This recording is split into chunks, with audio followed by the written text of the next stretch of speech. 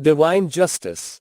In the district of Kanpur, there was a prominent landlord named Pandit Bharigodat. Munshi Satyanarayan was his steward. He was a very loyal and honest man. He managed transactions involving lakhs of rupees and thousands of quintals of grain, but his integrity never wavered. Under his efficient management, the estate prospered day by day. He was respected more than even his diligent service warranted. Panditji treated him generously in every situation, sharing both sorrows and joys.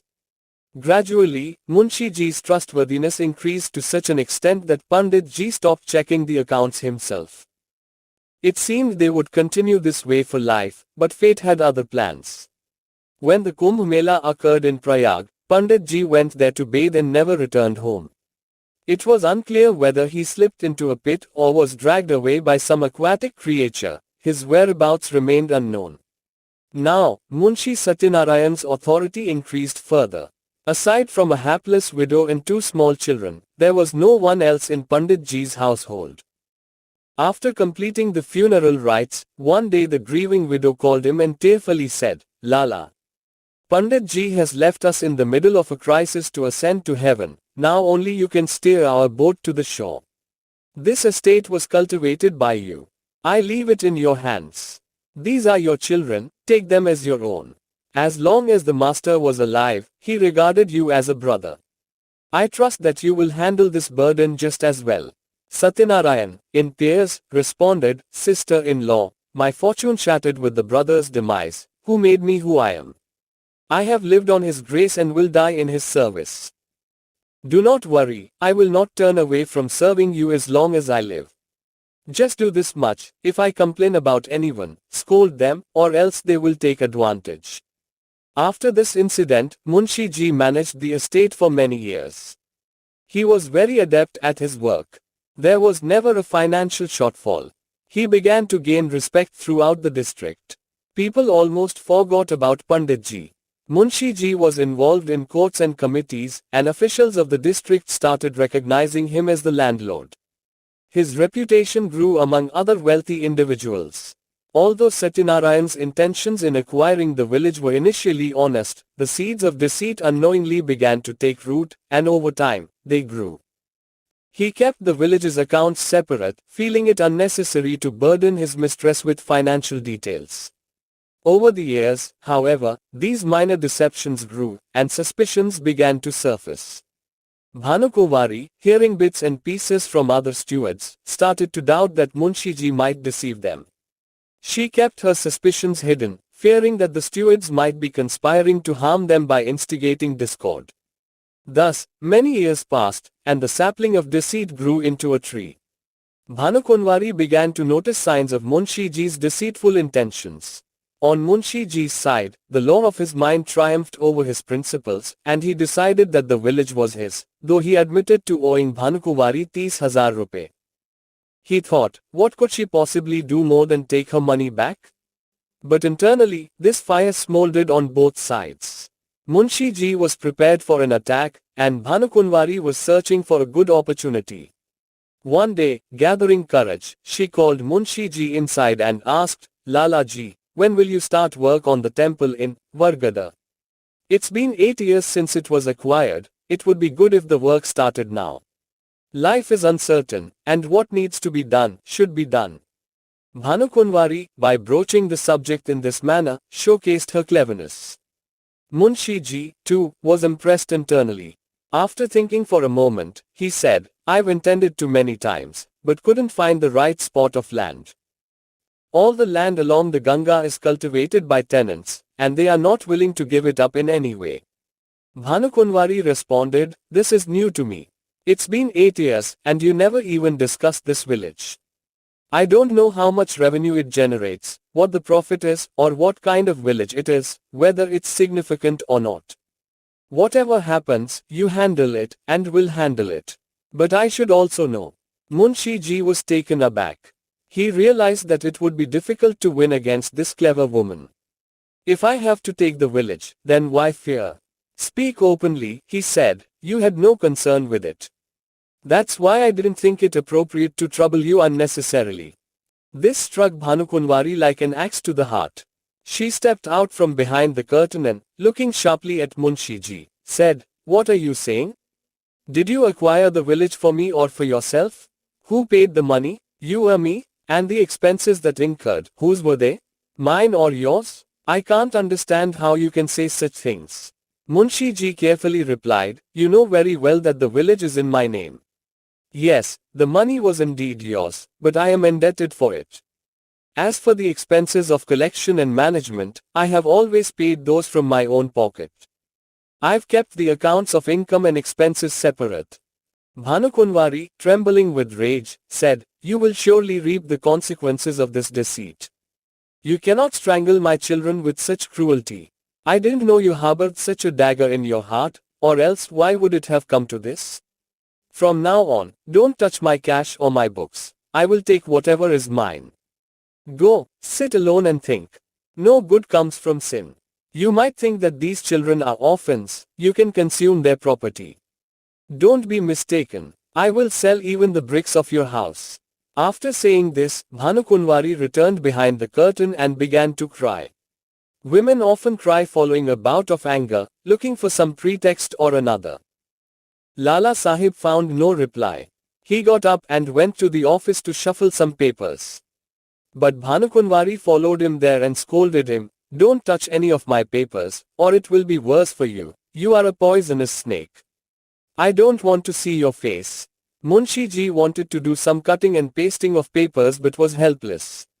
He threw the key to the treasury, slammed the account books, shut the doors with a bang, and left like the wind. He had ventured into deceit, but didn't know the tricks of deceit. When the other stewards heard this situation, they were overjoyed. Munshi Ji's efforts, didn't cook in their presence. They came to Bhanukunwari and began to pour oil on the fire. Everyone agreed that Munshi Satyanarayan had betrayed. The salt of the master will ooze out of his bones. Preparations for litigation began on both sides. One side was the body of justice, the other, the soul of justice. Nature had dared to fight with man. Bhanukunwari asked Lala Chakkanlal, "Who is our lawyer?" Chakkanlal looked around and said, "Sethji is the lawyer, but Satyanarayan must have already tied him up. We need a very clever lawyer for this case. Mehra Babu is very popular these days. He grabs the pens of the authorities. When he speaks, it's like a motor car has started. Government, what else to say, he has saved many people from the gallows. No lawyer can open his mouth in front of him. If the government agrees, we should hire him." Chakkanlal's exaggeration raised doubts. Bhanukunwari said, "No, first let's ask Sethji. After that, we'll see. You go and call him." Chakkanlal, knocking on his fate, went to Sethji. Sethji had been handling all legal matters related to Pandit Bharegodat during his lifetime. When he heard about the lawsuit, he was stunned. He thought highly of Satyanarayan's integrity. He was very sorry for his downfall. He came immediately. Bhanukunwari, weeping, narrated her plight to him and presented her two sons before him, saying, "Please protect these orphans. I entrust them to you." Sethji initiated a discussion on a settlement. "Fighting among ourselves isn't good." Bhanukunwari responded, "It is good to fight against the unjust." Sethji said, "But our side is weak." Bhanukunwari stepped out from behind the curtain again and exclaimed in amazement, "Is our side weak? The world knows the village is ours. Who can take it from us? No, I will never agree to a compromise.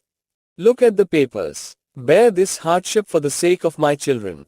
Your efforts will not be in vain. See, the date on which the village was acquired. What expenses are shown for that 30,000 at that date? If he has borrowed it in his name, check whether it has been paid annually or not. I will never compromise with such a demon." Sethji realized that it wasn't the time to reason with her. He looked at the documents, and preparations for prosecution began. Munshi Satyanarayan, irritated, reached home. The boy asked for sweets, he beat him. He scolded his wife for letting the boy come to him. He scolded his elderly mother, "Can't you even entertain the boy a little? I come home exhausted after a day's work, and then I have to entertain the boy? Do I have no other work or business in the world?" Having caused a commotion in the house, he went outside and thought, "I've made a big mistake. What a fool I am! I had all the documents in my hands for so many days. I could have done whatever I wanted. But I sat idle. Now that the crisis is upon me, I realize. I could have created new account books, in which there would be no mention of this village or this money. But due to my foolishness, the Lakshmi, fortune, that came into the house is turning away.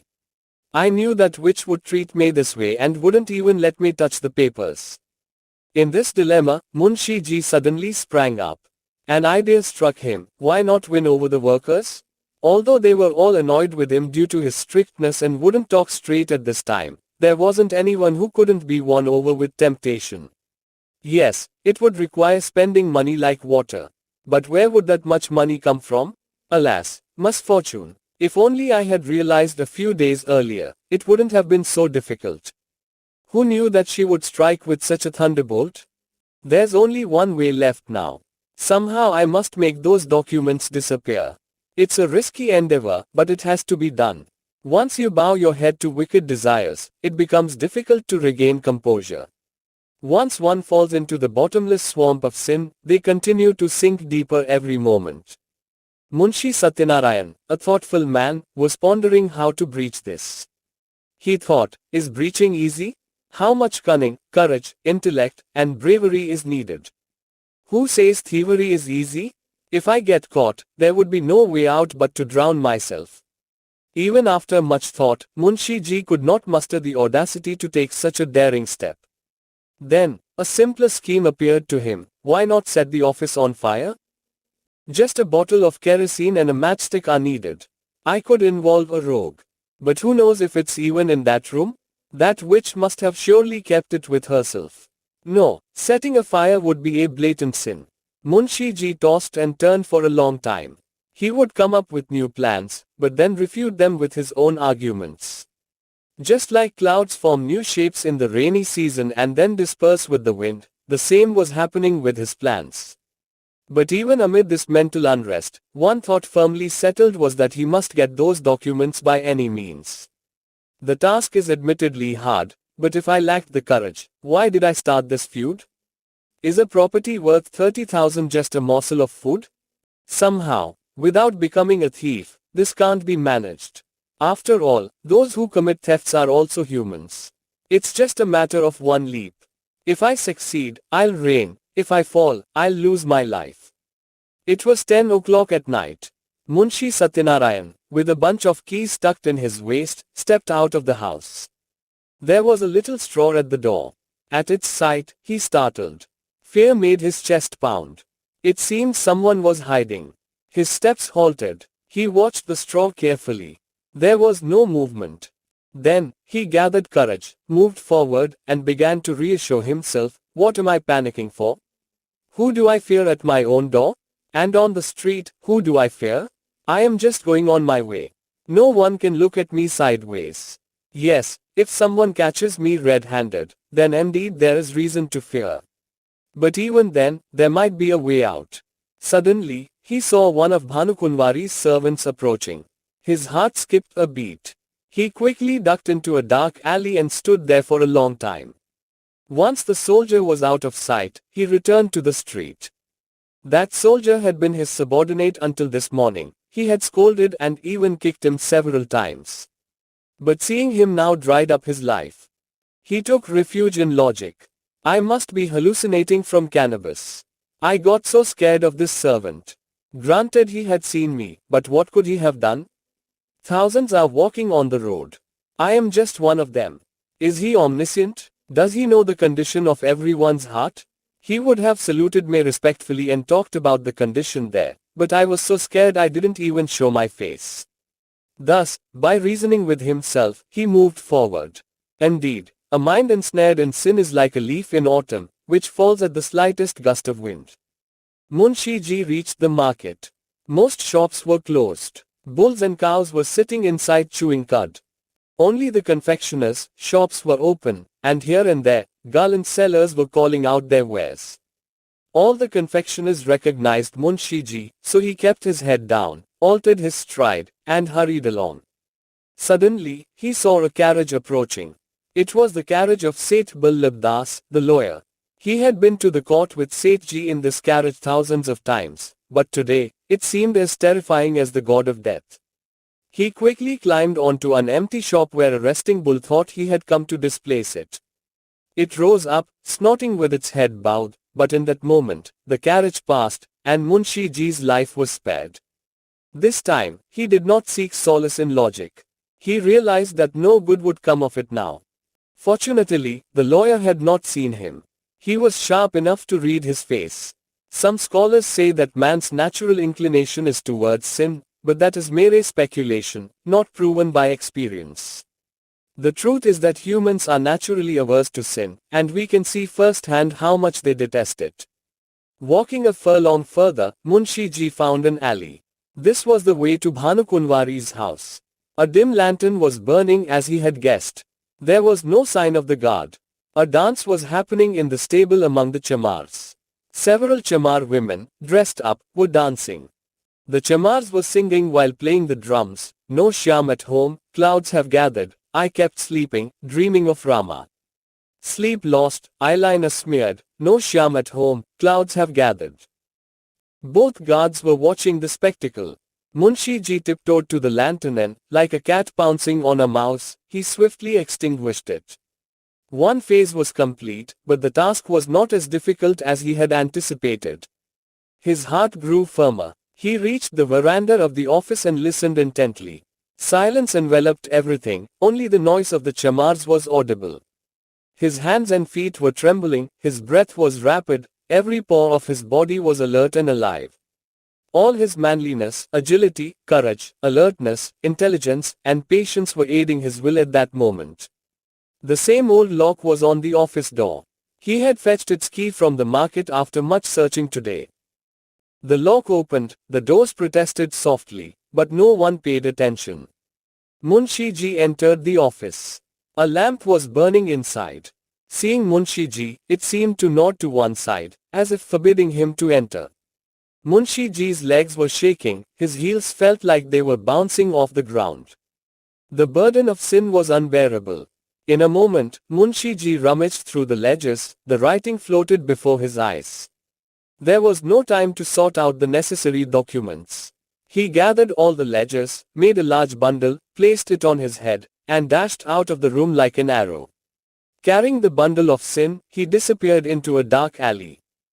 Barefoot, carrying the burden of selfishness, greed, and deceit, he trudged through narrow, dark, stinking, muddy lanes. It seemed as though a sinful soul was flowing through the gutters of hell. After wandering far, he reached the banks of the Ganga. As in corrupted hearts there remains a dim light of righteousness, so two stars twinkled on the surface of the river. Several sadhus were sitting around their fires on the bank. The blaze of knowledge was burning outside instead of within. Munshi Ji removed his bundle and, tying the sheet tightly, threw it forcefully into the river. The sleeping wave stirred momentarily, then silence returned. Munshi Satyanarayan had two women in his house, his mother and wife, both uneducated. Yet, there was no need for Munshi Ji to drown himself in the Ganga or go anywhere. They didn't wear bodices or socks, couldn't sing on a harmonium, nor even knew how to use soap. They had never even heard of essentials like hairpins, brushes, and jackets. The daughter-in-law lacked any self-respect, the mother-in-law had no pride. The daughter-in-law, still like a weak sheep, bore her mother-in-law scolding. Ah, foolish woman! The mother-in-law did not despise bathing the child, sweeping the house, or even dusting. Ah, blind to knowledge! What kind of woman was the daughter-in-law? She was but a clay doll. If she needed a penny, she would ask her mother-in-law. In summary, both women lived their lives unaware of their rights, in darkness, like animals. They were so unsophisticated that they even made their own bread. Out of stinginess, they never ordered snacks like dal moth or samosas from the market. If they had eaten from the shop in Agra, they would know the taste. The old crone also knew some remedies. Sitting idly, she would grind grass and leaves. Munshi Ji went to his mother and said, "Mother, what will happen now? Bhanukunwari has dismissed me." The mother, alarmed, asked, "Dismissed?" Munshi Ji replied, "Yes, absolutely blameless." Mother asked, "What happened?" Bhanukunwari's temperament wasn't like this. Munshi Ji said, "It was nothing. I had taken the village in my name, and I have claimed it as my own. Yesterday, we had a clear discussion. I told her that the village is mine. I took it in my name. It has nothing to do with you." She got upset, said whatever came to her mind. She dismissed me on the spot and threatened, "I will fight you and take my village." Now today, she has filed a lawsuit against me. But what does it matter? The village is mine. I have possession of it. She can file 1,000 lawsuits, but the decree will still be in my favor.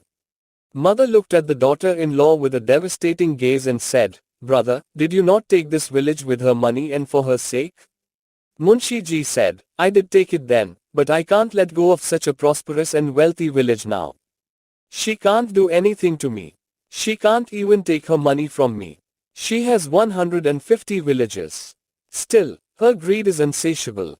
Mother said, "Son, just because someone has more wealth doesn't mean they throw it away. You have corrupted your intention. This is not a good deed. The world may or may not tell you, but do you need to betray someone in whose lap you have grown up, whose salt you have eaten for so many days, and now betray them? Narayan has given you so much. You eat well, you dress well, you have some money in the house, you have children. What more do you need? Listen to me, do not apply this stain of disgrace on your forehead.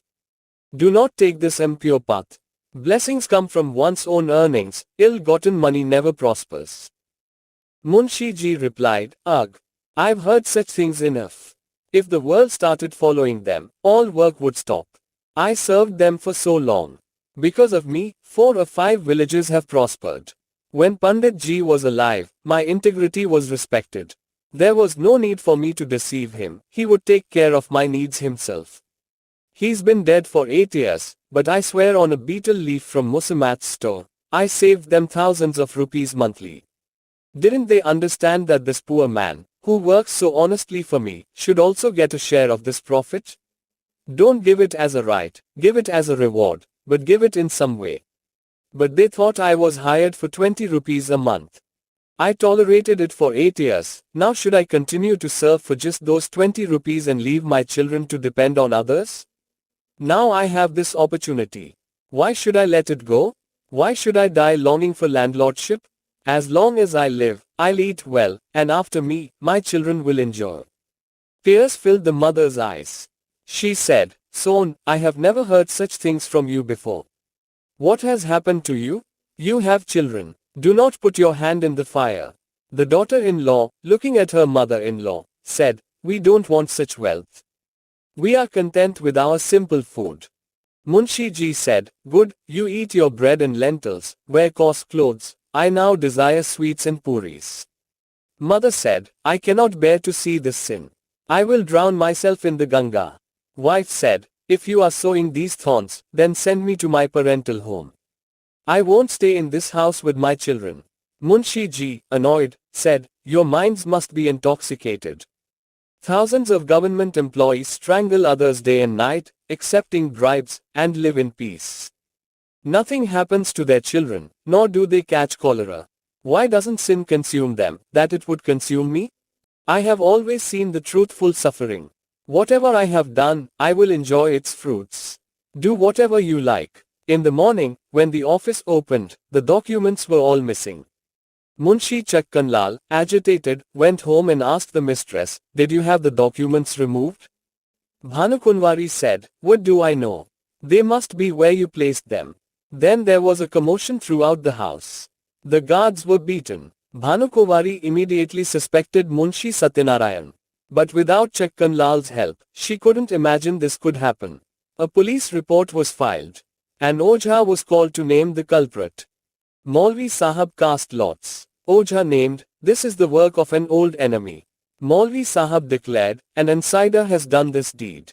By evening, this hustle continued. Then came the advice, how can the lawsuit proceed without these documents? The case was already weak. Whatever strength it had was due to those ledgers. Now even those proofs were gone. There was no life left in the claim. But Bhanukunwari said, "So be it if we lose. If someone steals our property, it is our duty to fight as much as we can." To sit back and accept defeat is the work of cowards. When Sethji, lawyer, heard of this disaster, he also said that now there is no life in the claim. We only have assumptions and arguments to rely on. If the court agrees, well and good, otherwise, we must accept defeat. But Bhanukunwari did not agree. She summoned two smart barristers from Lucknow and Allahabad. The lawsuit began. The entire city was abuzz with the lawsuit. Bhanukunwari had made many of the wealthy locals witnesses. When the trial began, thousands gathered. People were drawn because Bhanukunwari, not trusting her servants anymore, would watch the proceedings from behind a curtain. The plaintiff's barrister gave a deeply moving speech. He painted a favorable picture of Satyanarayan's past, showcasing how loyal, efficient, and righteous he was, and how naturally Bhrigudat had trusted him completely. He then proved that Satyanarayan's financial status was never such that he could have accumulated such wealth. Ultimately, he portrayed Satyanarayan's selfishness, cunning, ruthlessness, and betrayal so vividly that people started cursing Munshiji. Alongside this, he also poignantly described the plight of Panditji's orphaned children, questioning how a moral and ethical man could stoop so low as to harm his master's orphans without hesitation. It is hard to find such a heartbreaking example of human degradation. Given the outcome of this deceitful act, the former virtues of this man seemed to fade away because they were not real pearls but mere glass beads shown only to earn trust. It was just a beautiful trap laid to ensnare a simple-hearted and deceit-averse wealthy man. How dark, deceitful, and harsh is this man-beast's conscience, and how severe and impure is his wickedness. It might be forgivable to betray an enemy once, but this vile-hearted man has betrayed those helpless ones, against whom, by human nature, betrayal is inappropriate.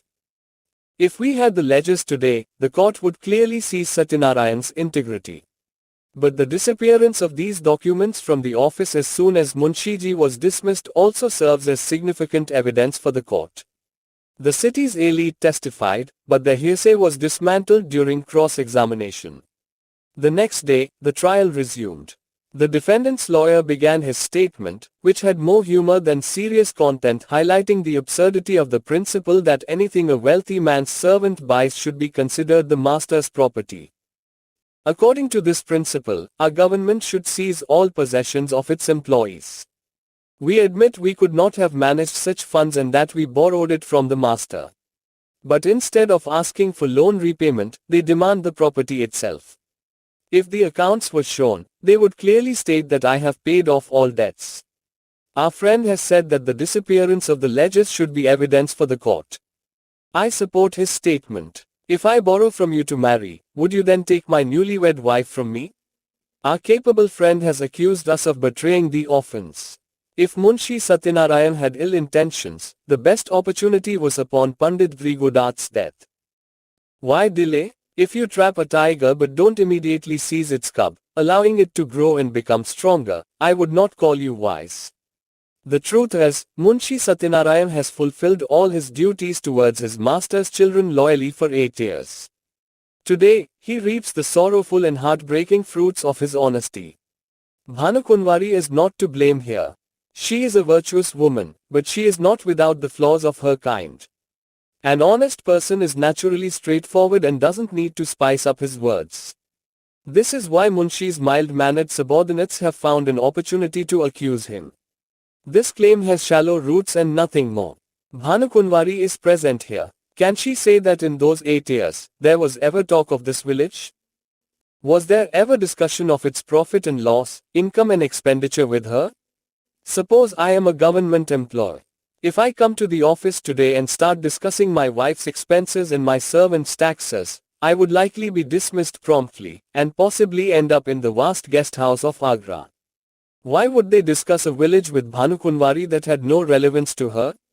Subsequently, many witnesses were presented, most of whom were landlords from nearby villages. They testified that they saw Munshi Satyanarayan issuing receipts in his own name and depositing money in the treasury. As evening approached, the court announced it would deliver its verdict in a week. Satyanarayan no longer doubted his victory. The plaintiff's witnesses had faltered, and the argument lacked evidence. Now he would be counted among the landlords, and it was likely he would soon be called a wealthy man.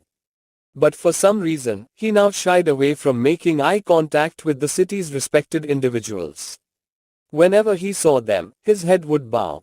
He feared they might inquire about this matter.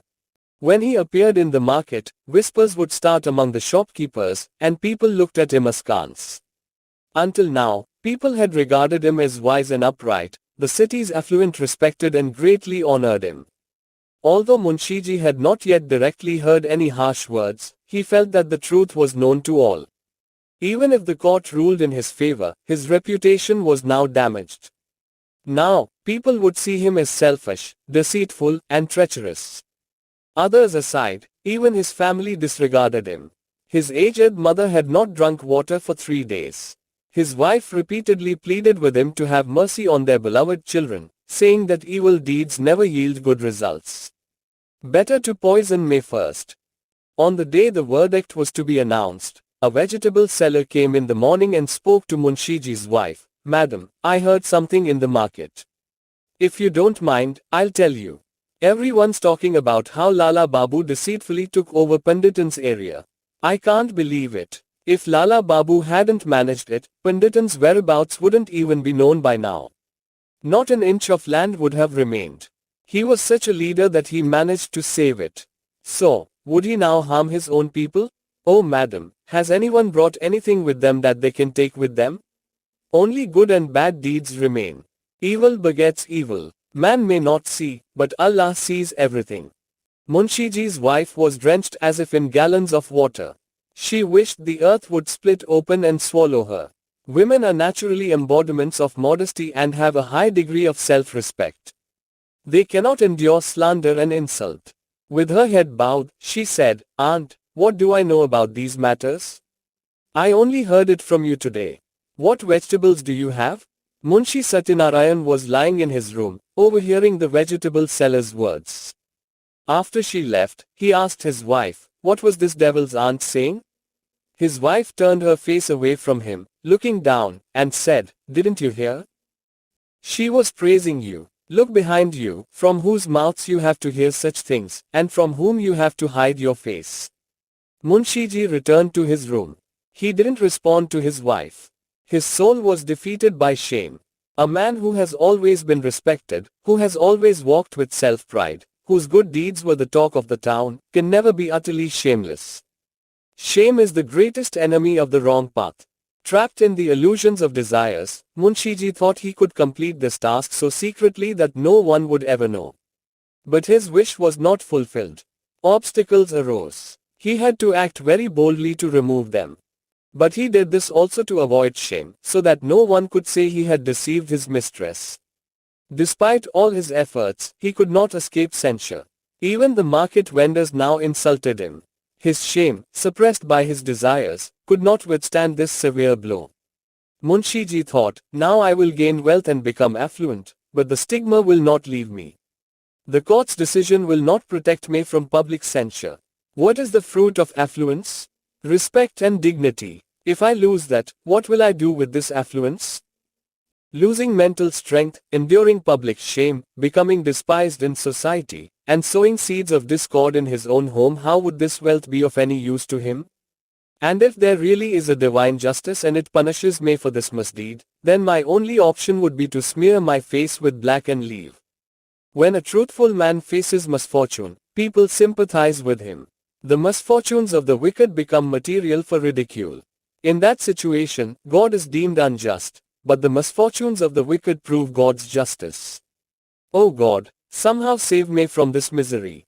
Why not go and prostrate before Bhanukunwari and beg her to drop this lawsuit?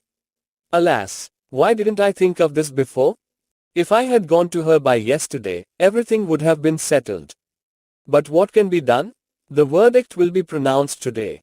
Munshiji pondered this topic for a long time but could not decide what to do.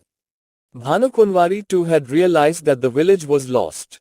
Poor woman, she could only wring her hands. She couldn't sleep all night.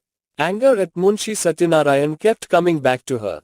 "Alas, a sinner takes away my property worth 30,000 with drums beating, and I can't do anything. Today's judges are completely blind. They can't see what the whole world knows. They only see through others' eyes. They are slaves to mere papers. Justice is supposed to distinguish the milk from the water, not be deceived by papers and fall into the traps of hypocrites. This is why such deceitful, treacherous, dishonest souls have become emboldened. Well, let the village go, but Satyanarayan, you won't be able to show your face in the city anymore. This thought brought Bhanukunwari some peace. A human's harm to his enemy is often dearer to him than his own gain. Such is human nature. You took our village, may Narayan ensure you find no happiness from it. You will burn in hell's fire, and no one in your house will light a lamp. The day of the verdict arrived. Today, the courtroom was crowded. Even prominent individuals who usually appeared only at official greetings and farewells were present. A battalion of black-robed lawyers and attorneys was also assembled. At the appointed time, the judge graced the courtroom. Silence enveloped the spacious courtroom.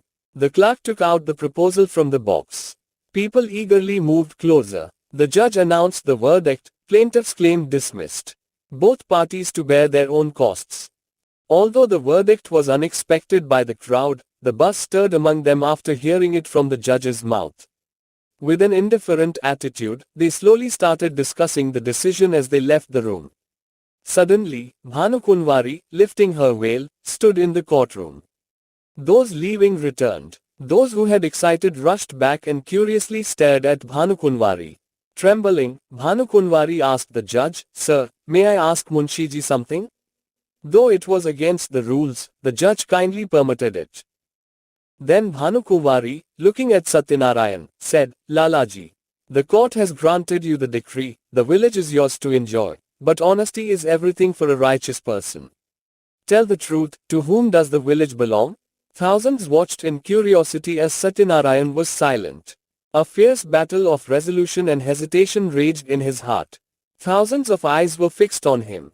The truth was no longer hidden from anyone. He couldn't utter a falsehood in front of so many. Shame sealed his lips, saying, "Mine would have been easy." No one was stopping him. But the severe punishment that society could mete out for the gravest sins was a real fear. Saying, "Yours," would ruin everything. The victory already in his hands would be lost. But the highest reward from society for the noblest act was fully expected. Hope overcame fear. It seemed to him as if God had given him this last chance to clear his name. He could still earn human respect. He could still defend himself. He stepped forward, bowed to Bhanukunwari, and with a trembling voice said, "Yours." A sky-touching sound of victory to the truth erupted from thousands of mouths. The judge stood up and said, "This is not just legal justice, it's divine justice. Do not regard this as a mere story, it is a true event." Bhanukunwari and Satyanarayan are still alive. People were enchanted by Munshiji's moral courage. The remarkable victory of divine justice over human justice was discussed throughout the city for months. Bhanukunwari went to Munshiji's house, persuaded him, and then handed over her business to him. After some time, she gifted the village to him. Munshiji, feeling it improper to keep it, dedicated it to Krishna. Now its income is spent on aiding the poor and students. The end.